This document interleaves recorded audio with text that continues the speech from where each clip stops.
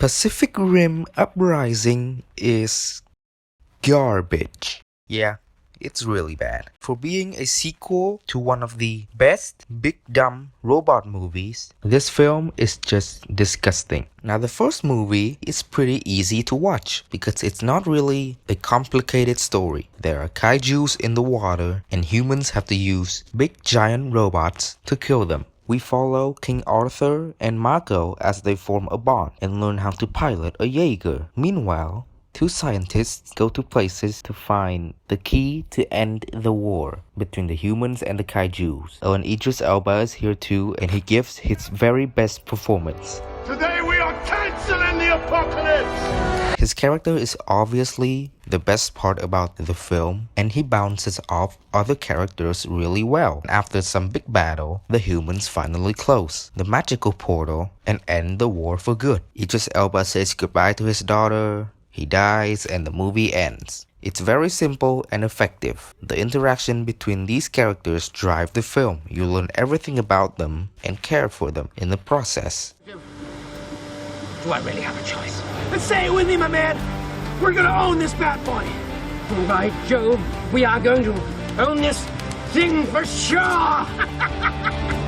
I really like the scenes where you can clearly see King Arthur and Mako bonding, especially that duel scene. It's a small thing, but it changes everything. You'll see. So the script is actually pretty good, the chemistry is pretty good, the action is amazing, the camera work and cinematography is insane, and the music, do I even need to say it?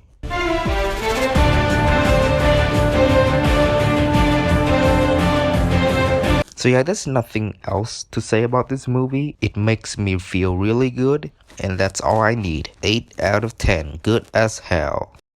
So after 5 years, Universal decided to make a sequel for some reason. This is where the series completely fell apart. So the movie starts with a fucked up Universal logo. Why do you do that? It looks like shit. And then we have John Boyega, who is apparently Mako's younger brother, trying his very best to sound like Idris Elba's son. I would like to mention that Idris Elba never mentioned having a son. Anyway, John Boyega tracks down this girl, who I guess is our young female empowerment character. And also she built her own Jaeger, but it's a really fucking small Jaeger. So after some shenanigans and really shit fight scenes, these two characters gets arrested and they're sent to some Jaeger training program.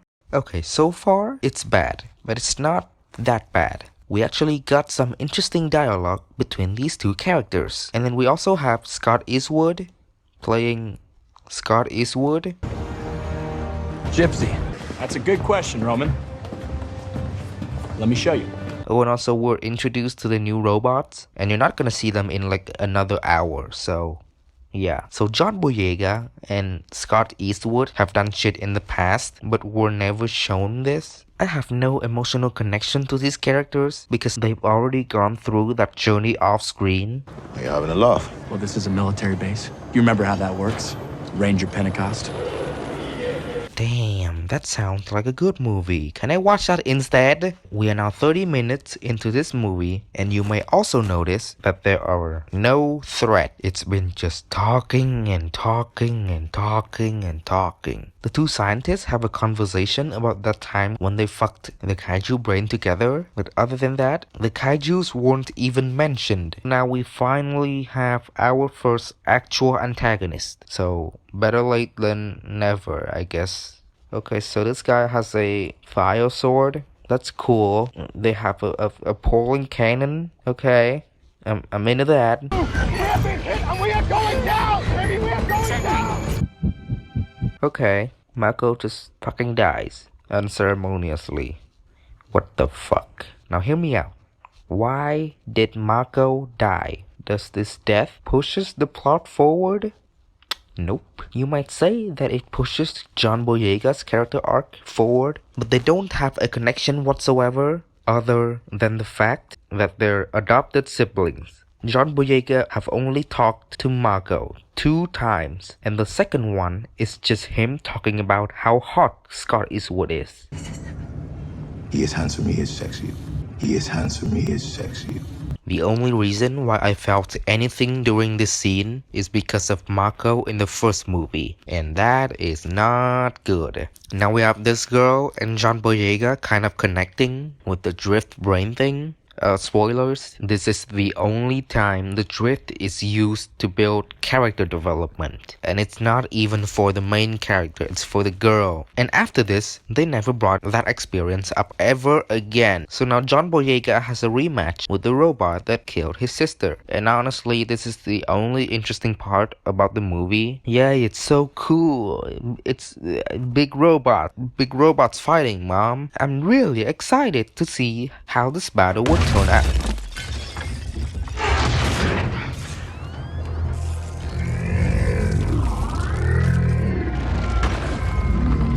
Oh, so I guess we're now back to more talking. Yay!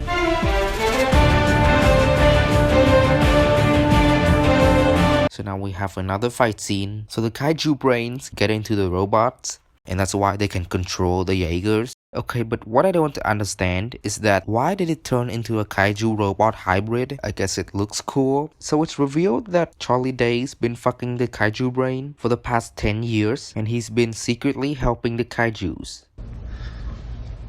Look how they massacred my boy.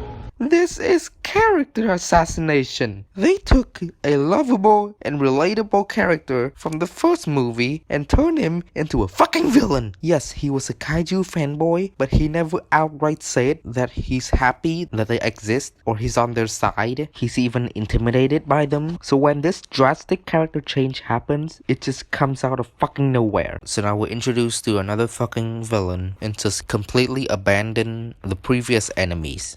Now we finally have some actual kaiju action, but at this point, the movie is almost over. This is too little, too late. Okay, so now these kids are gonna control the Jaegers. Are you telling me that your only remaining pilots are these guys? Are you telling me that they only trained 7 motherfuckers in this big ass base? I'm not bothered by them being in the movie. I'm honestly more bothered by the fact that I don't know them. Okay, now we have the final battle. And it seems like this movie really loves Asian representation. Yeah, let's go. Let's kill the kaijus. Wow, this is amazing. Wow. Wow. Now the biggest problem with this final battle is that the robots move too fast. You see, in the first movie, it's heavy and slow, and it felt real. Like you actually feel the impact. But now they move like fucking Transformers. Now yeah, this gives the fight more to play with, but even if that is the case, the fights still don't have the emotional weight. These kaijus showed up 15 minutes earlier, and we can't help but feel nothing. Remember when I said that Mako's death doesn't impact the plot? Do you believe me now? Anyway, they defeat the big monster and set up another sequel that's probably not gonna happen. Awesome. This is only 2 hours long, but it feels like 5 hours because these conversations go nowhere. The only character that's consistent throughout is the girl, and while she doesn't suck, her line delivery is on another fucking level. Oh my god. The cinematography is also god-awful. In the first movie, a lot of effort was put into making the robots feel big. The camera focused on elements that make them feel giant. You know, like their feet and their interactions with the environment. But this movie doesn't feel big. Most of the shots are wide and distanced. It makes the creature and the robots smaller. This movie tries to be a lot of things, but it doesn't work. Why can't we have just a simple movie about John Boyega and the girl? You don't need all this other shit. Have John Boyega struggling to live up to his father's legacy and the girl being the emotional center of the story. Just don't waste your time on Scott Eastwood and Chinese people and these other guys. So yeah, this movie is a very hollow experience. It doesn't make me feel a single thing. For the whole time I sat with a very neutral expression, simply watching robots and more fucking robots. I'm giving this one like a 3. and honestly, I'm being very generous about that. So that's it, guys. I have eliminated Pacific Rim in a single video. I have covered everything that this franchise could offer. It's done. Oh, wait, no, I forgot. The Black gets a 10 out of 10. Okay, bye!